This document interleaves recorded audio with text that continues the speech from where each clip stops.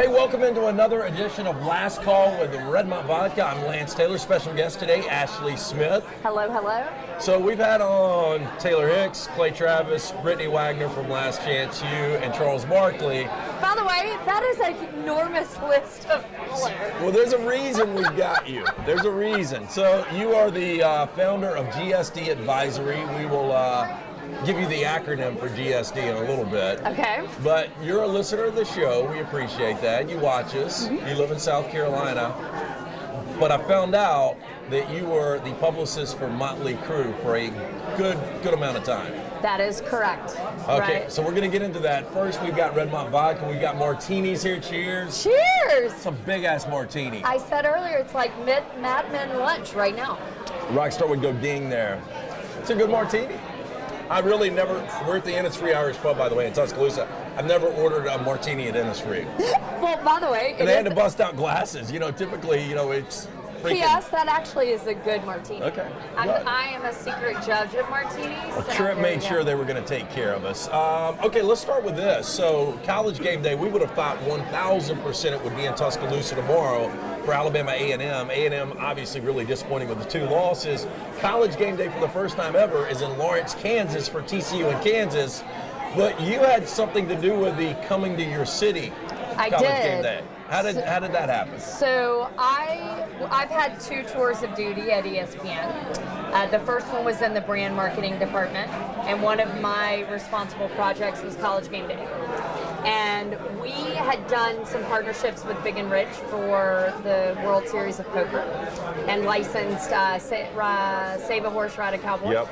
And so I had a great relationship with the 2 guys, their label, and we wanted a new song for our commercials for College Gameday, and heard the first cut of Coming to Your City without the custom lyrics, decided we were going to use it.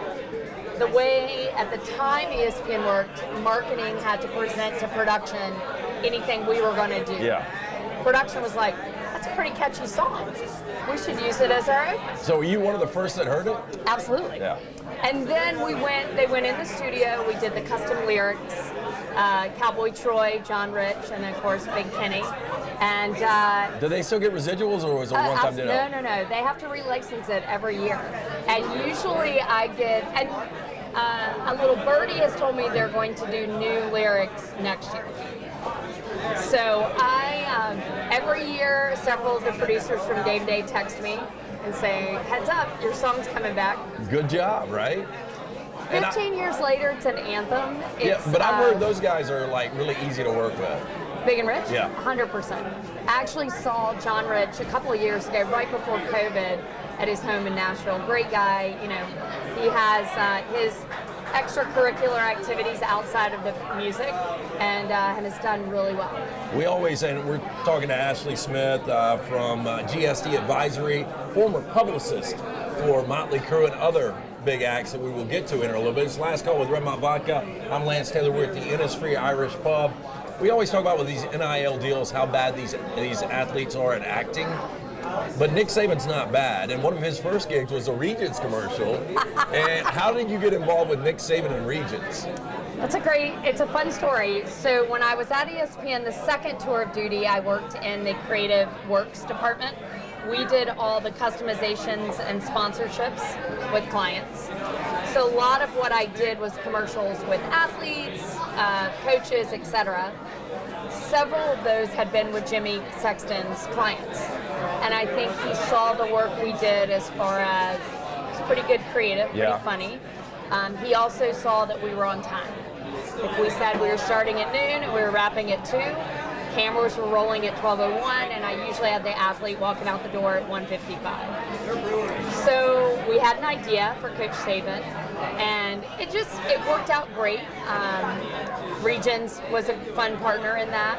I will tell you, so... Was this the dress spot? Yes, okay. Exactly. So it was 2015, maybe? Yeah, that sounds about right.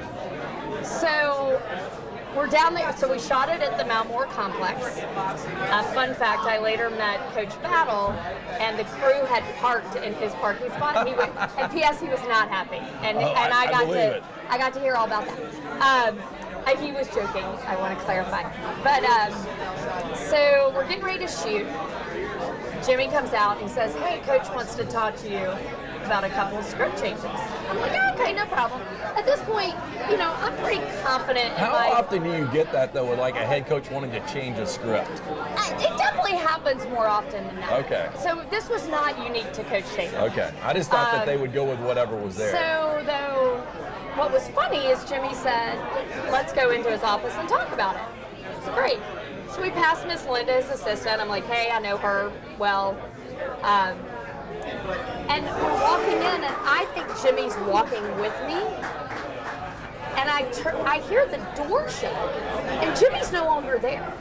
And it's just Coach Saban sitting at his desk that we've all seen. Yep. That all of a sudden, I felt like I was 8 years old. So you're in that office By myself, and I'm like, the glasses were down, and I was like, literally, I got so nervous. And I was like, why am I, hello?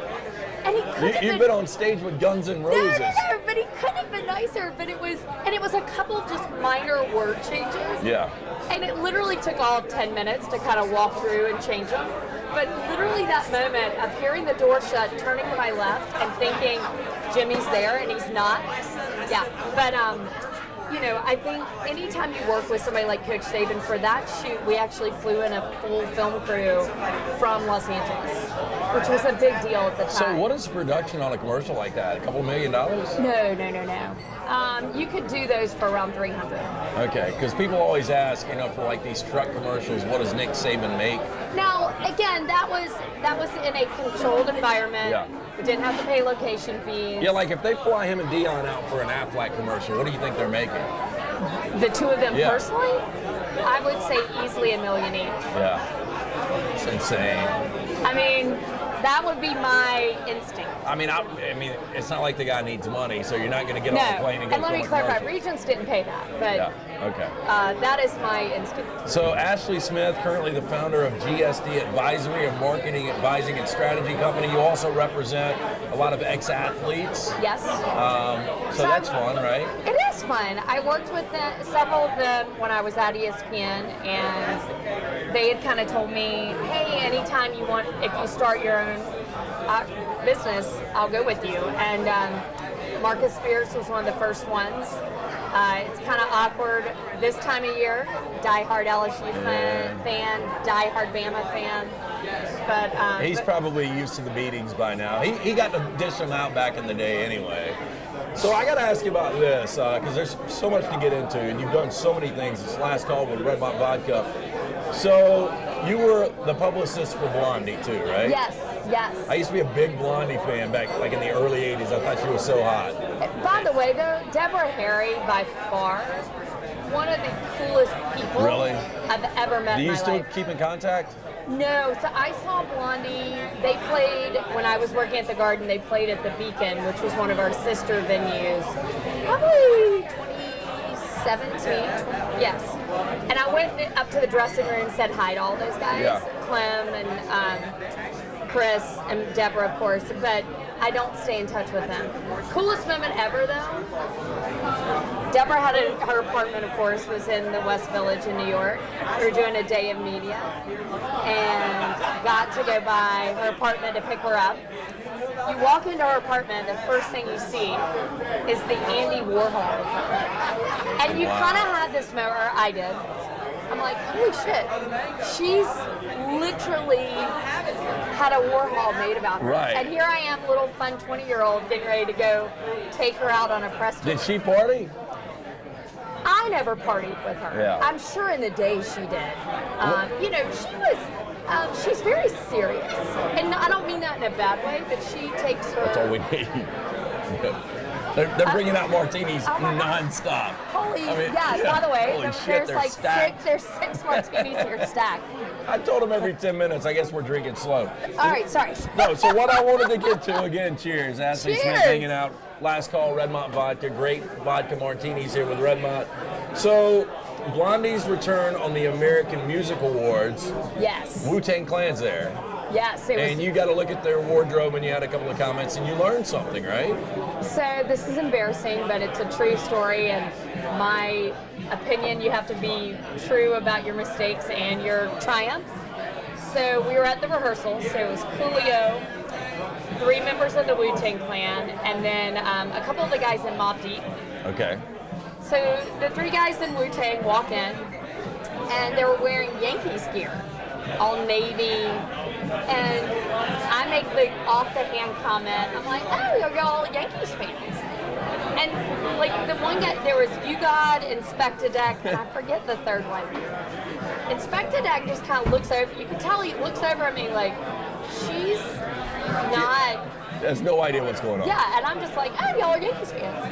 And he then proceeds to explain to me that it's representing their gang. I don't remember, I guess they were Crips, because Bloods would be red. Blood's red, yeah. Crips blue.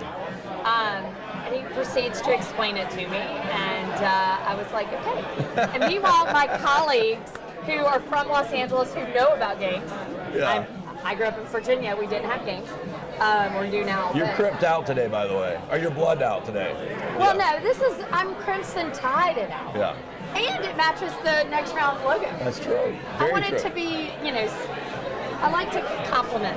Okay, so back to ESPN, and again, we're Yes. with Ashley Smith, founder of DSD Advisory, marketing and advising strategy company. If you need help with any of that work, she might be taking on new clients. I don't know. Yeah.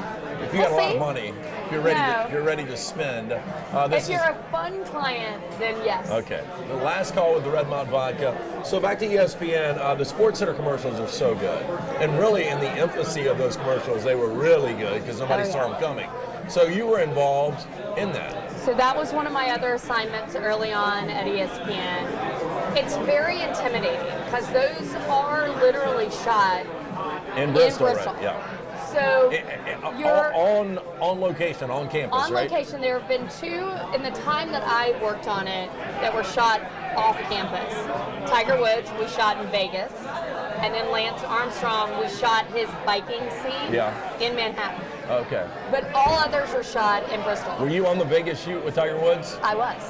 It was What year was that? 2001, 2 maybe? So that 2003? he had a rotation going then. Probably. We didn't get into that. That's probably why he was in Vegas, though. And yeah, it's funny. I don't know why we did it in Vegas, but it was in Vegas. Yeah. Yes, I'm sure in I hindsight. I think he spent a When lot of all time in the Vegas. shenanigans went down in 2009, 2010? I remember it was during the Iron Bowl in 2009. Yeah. So yeah, okay. Sports Center commercials, though, it's interesting for a couple of reasons.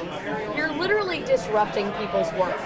So the newsroom, they're still actually doing live news at ESPN 24/7 News Yeah. Network. This is something that Dunaway would hate, by the way. Oh my gosh! And P.S. the head of news. Yeah. You see those guys peppered into a lot of the commercials as somewhat of a kumbaya. Vince Doria, who used to run news. Yeah. Great gentleman. One of my favorites at ESPN. We used to put him in commercials all the time as somewhat of a peace offering. Yeah. And he also was able to pull off a straight face. But I think the one that I probably remember the most is we had all the Star Wars characters come. Stuart Scott was in it, and it's when we announced ESPN HD. And so it was who to help us with high tech. So this is probably 2002, 2003. Yes. And the insurance on that, I'll remember this to the day I die. We had to take out $2 million of insurance to fly the R2-D2 and the C-3PO and the Chewbacca costumes from Lucasfilm. In case they went down? Yes. So business affairs gets, usually marketing, we just sign contracts, zippity-doo-dah. I forget what the premium was on the policies, but I get a call from the head of business affairs. I won't say his name, so he'd probably come after me. And anytime you saw his name come up on the phone, you knew it was not Yeah. going to be a good idea. Yeah, I was like, oh crap, I've done something wrong. And he goes, are you really telling me we're taking out $3 million? And this was before Disney had purchased Star Wars. So yeah. You should have waited on the Star Wars commercial, I right? know. And now they've done multiples, but So who dressed up as Chewbacca? no, it was an actor. There were only Okay. two. It was very strict. There were only limited actors that could get into the C3PO costume. Very good. And P.S. I'd never seen a Star Wars commercial. I'm sorry, a Star Wars movie Have you still not? until I worked on that Okay. commercial. Because I was like, working on calls with Lucasfilm. So what did you see first, Star Wars movie or Tommy Lee video? Tommy Lee video. Okay, we'll get to that story in a minute because that's a good one. By the way, Ashley Smith from GSD Advisory hanging out with us. Last call with Redmont Vodka. Pick up a bottle of Redmont Vodka, gluten-free, 8 times distilled, locally owned and operated. Great product. We're at the Innisfree Irish Pub getting ready for Alabama, Texas A&M. By the way, I just want to say, I love that we're doing this at a Tuscaloosa bar. Isn't that fun? I mean, it's kind of where I started my career, and it's kind of fun to Well, be it's- talking about fun stuffs here. Yeah, so we did this almost a year ago today with Clay Travis. Oh my gosh. Right here on this If I table. followed Clay, who I adore, I love hearing him every Tuesday on your show. He's a great, He's a very polarizing guy. We're really good friends, but He is very he's done a polarizing. great job with this brand, though. what I've said to people, there are lots of people that I work with in the industry who, to your point, love or hate him. And I say you have to respect him either way.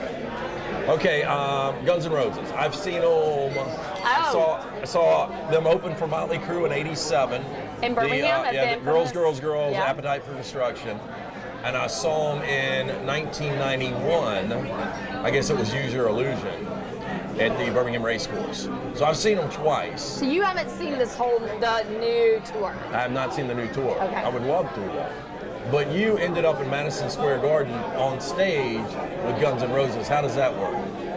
So at the time when I left ESPN, I went over to be the head of music marketing at the Garden. And great opportunity, kind of took me back to my music roots.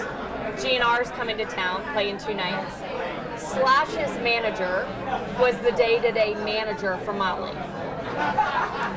And see, this is where I'm not a hockey fan. What's the guy? He was the goalie for the Rangers for a lot of years. Very famous, Swedish. Henrik something maybe. I don't know. I don't know either. I'm not a See, big this hockey is horrible. guy. This is I would say Grant Fuhrer or Patrick No, Law by the are way, only this is people what I know. happened that night. So the Rangers, when their GM called me and he said, "Hey." Was it the dude for the Devils? No, That was, no, he played for the okay. Rangers for like years. Okay. And he's from Sweden. Anyway, he wanted to meet Slash. So I was, and they were like, "Can you make that happen?" And I was like, of all the people, the Garden's not going to make that happen as far as just relationships. It would be with Slash's manager. So Slash's tech is a guy named Adam Day, one of the best in the business, his guitar tech. Still to this day? Yeah. Took him on a tour, I think his name's Henry. Took him on a tour of all Slash's guitars, let him, he got to go backstage and meet Slash, yada yada. So then after that, show goes on, Slash's manager comes over and he says, "Hey, do you want to come watch side stage with me?" And I was like, "Are you kidding?" And it was, I have several pictures of it. It's like me and then Duff's wife, who I've met before. And what year was this? This was 2017, so Okay. this was on the Okay. new tour. So it's Buckethead playing drums, which I feel like they should have gotten Matt Sorum, but whatever, not my choice. And so that was just 5 years ago. So It's one of those moments though, the lights come up, it was during Paradise City or something, and to have that vantage point in the Garden was pretty cool. I love it. It's one of my favorite photos. Okay, so you've been a publicist, we said, for Blondie, for Deborah Harry, Yeah. for Motley Crue. Who else? So the artist management company where I worked and worked with a lot of these artists managed the Bee Gees. I didn't work on a day-to-day basis with the Bee Gees, but did do some. Sad story, by the way. I saw the documentary on HBO. My gosh. It's we talked about this for a hot second when I came in the studio. Got fucked over by one night, that disco night with the White Sox. And it just goes to show the power of media. And that's That before social media. And that DJ just had a hard-on against disco. Yeah. And it's okay, dude. And they were so much more than disco. Really. They were, and I think they have finally turned it around. I give my former boss, this guy named Alan Kovac, full props for that. He is the one that started the Left Bank organization. He still, to this day, manages a ton of artists, including Motley. He has a vision for creating bands as brands and reminding people of what they meant to them and kind of getting them out of, the coffin a little bit. Yeah. And so we managed them. We managed Sammy Hagar for a hot minute. So I did some work with him. Was he wild?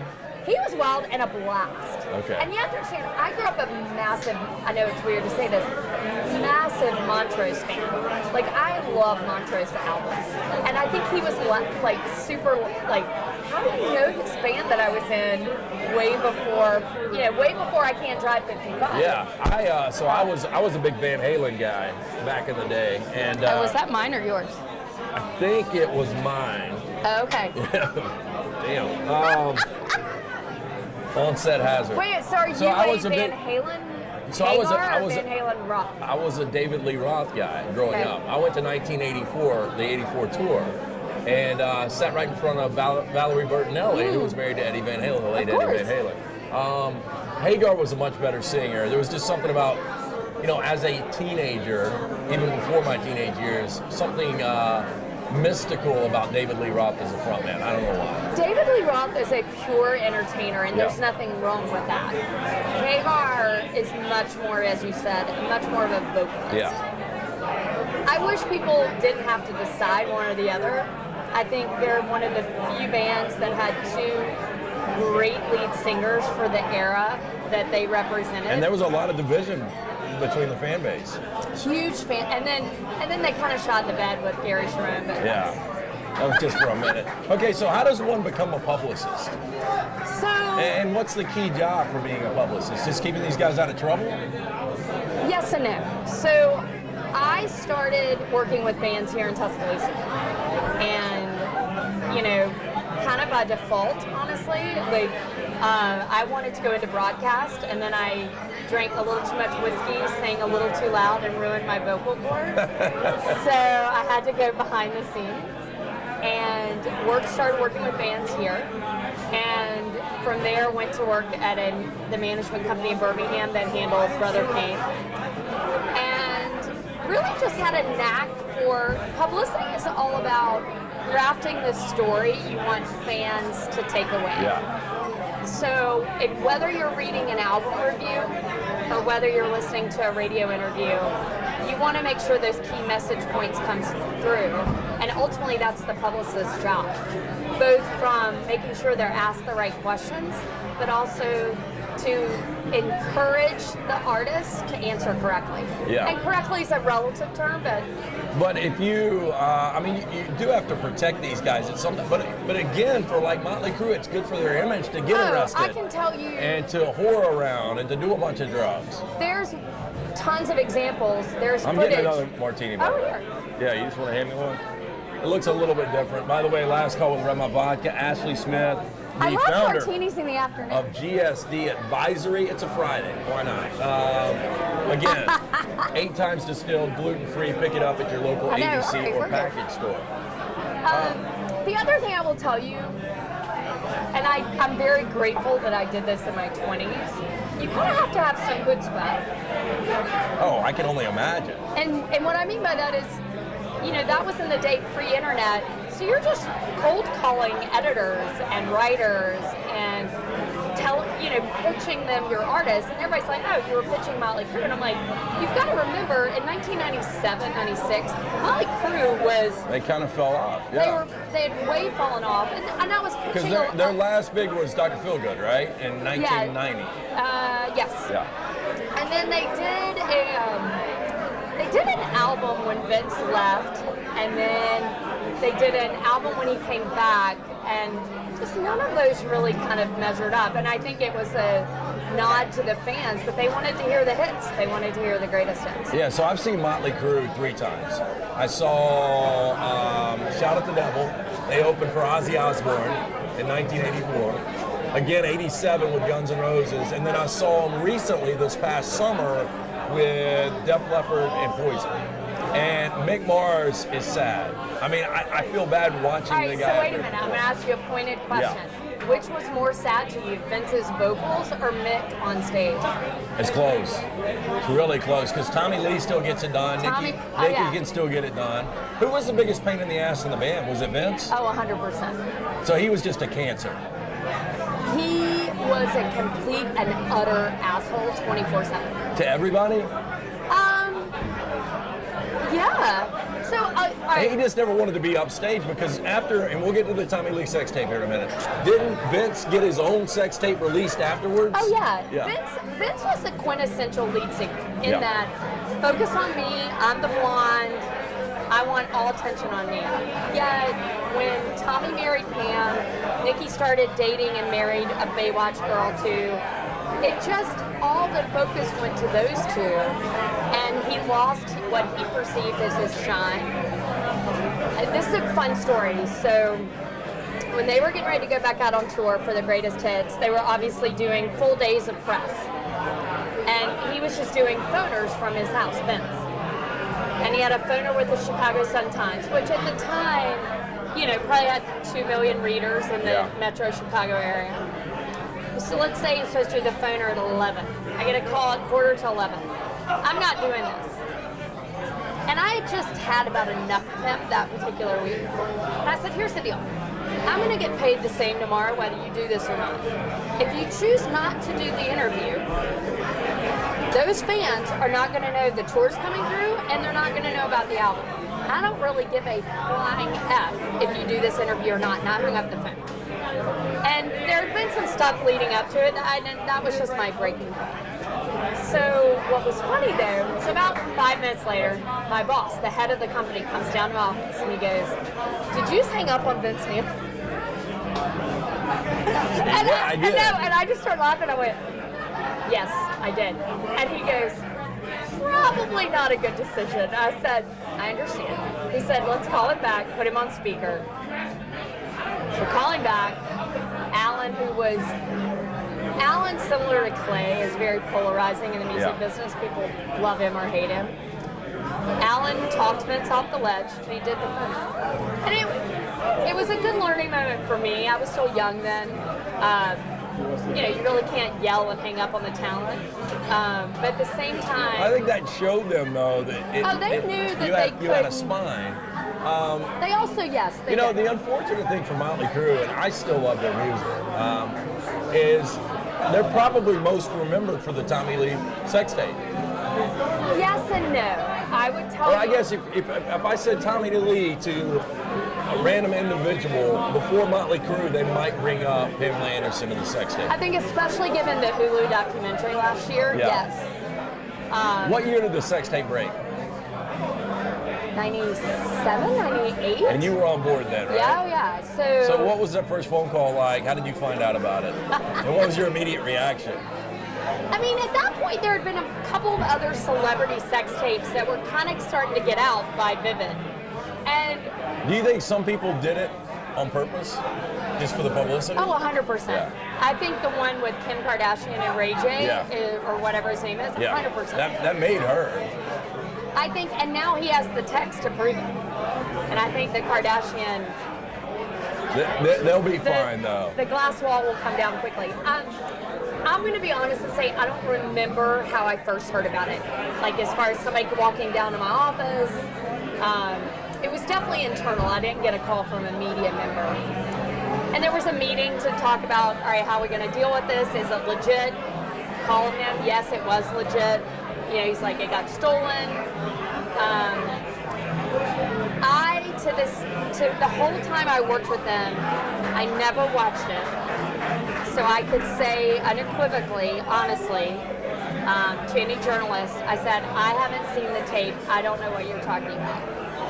And within 24 hours of resigning, and I was taking the job at ESPN, I watched the tape.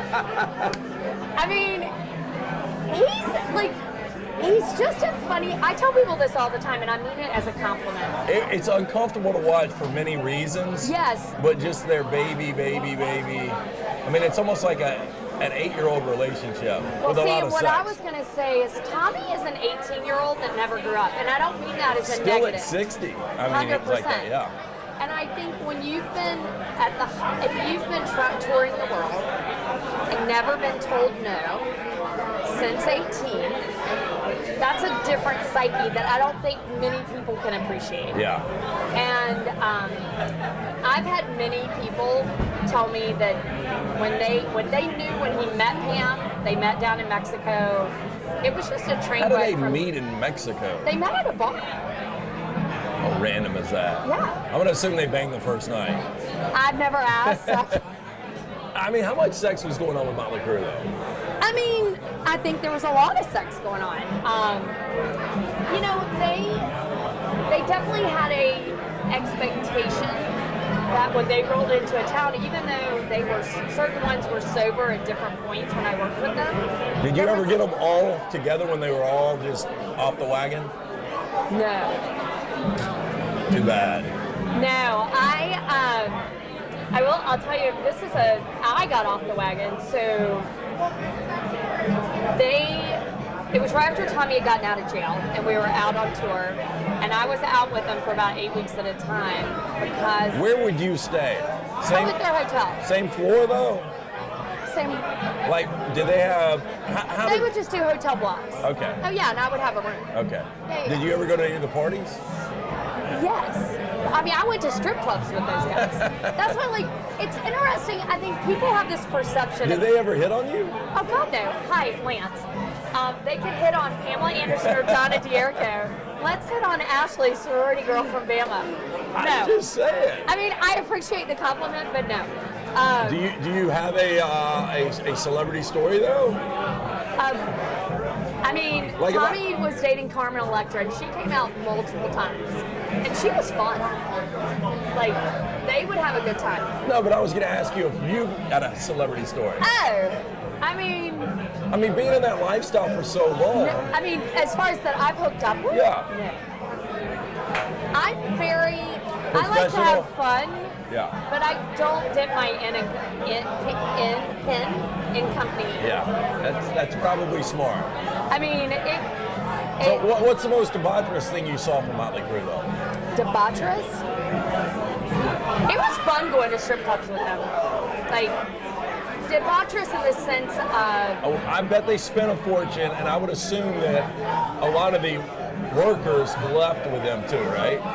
That I don't know. I would always make an appearance and was always, I wanted to be seen and have fun, but I also didn't want to be there when, the whole thing about what happens on the road stays on the road.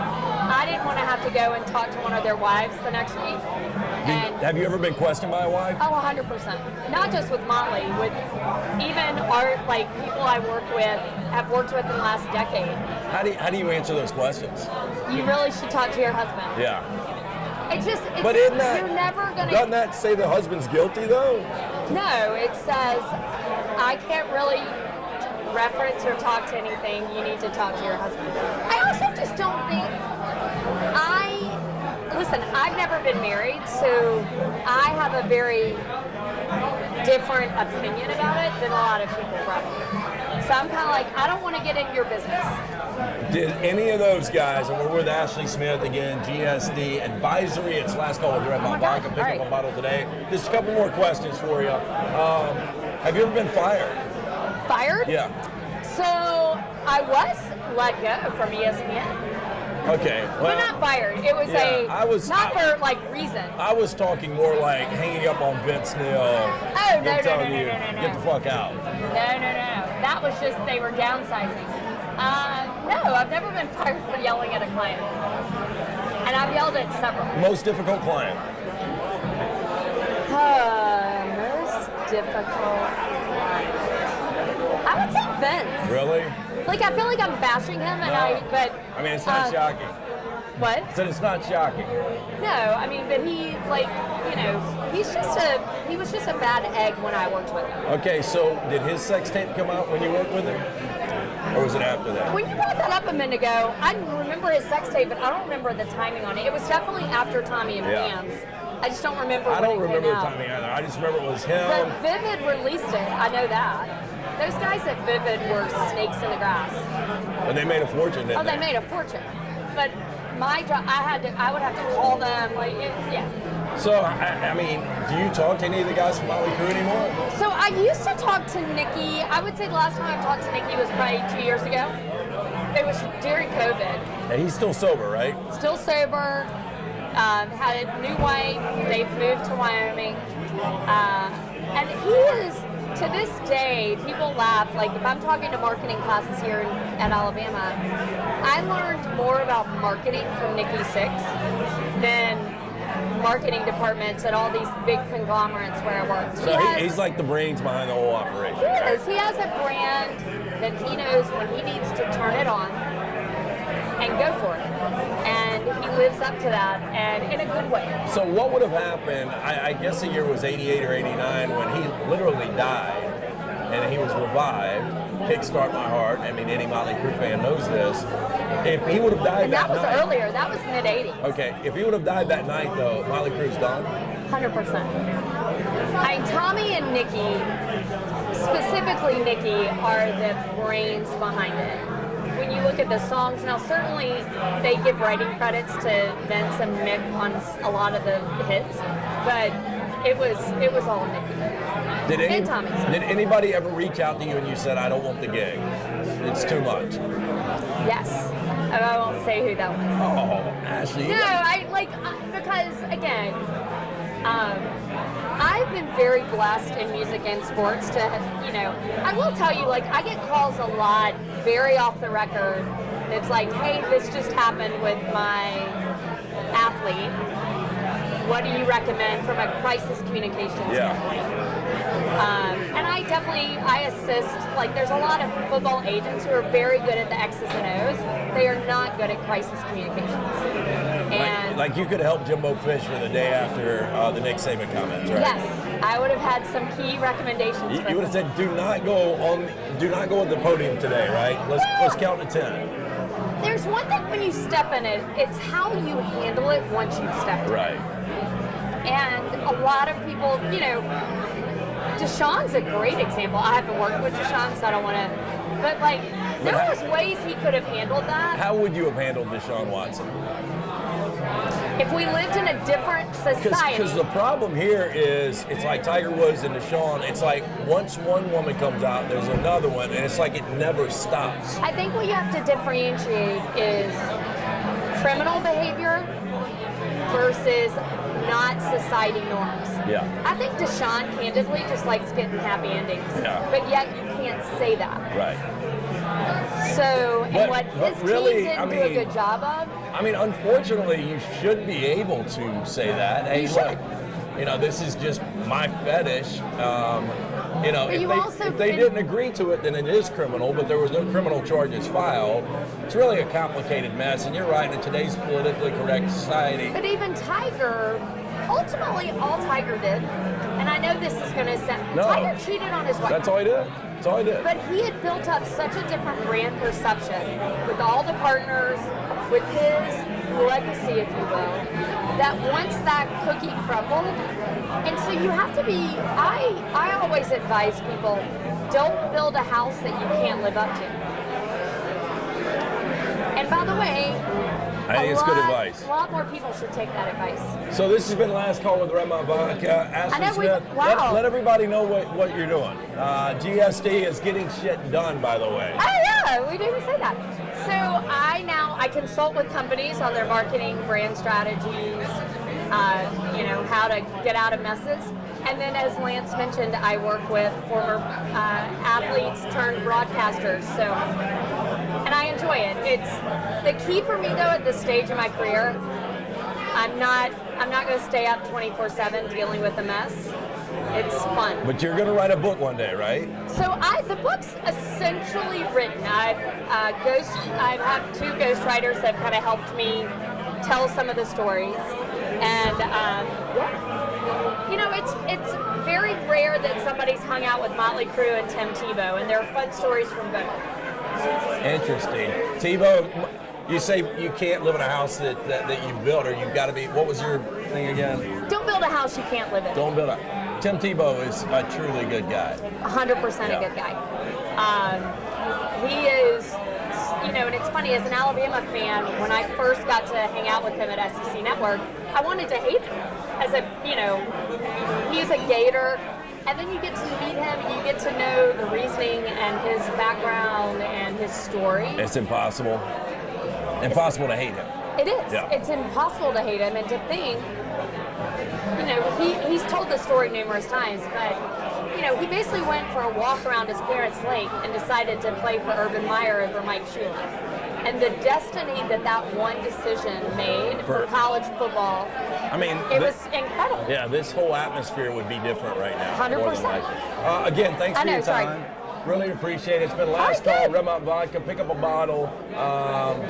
Tune in, subscribe, like, thumbs up, everything you do here. We appreciate it. Thank Last you call guys with for Redmont having me. Vodka. Appreciate you coming by. Yeah.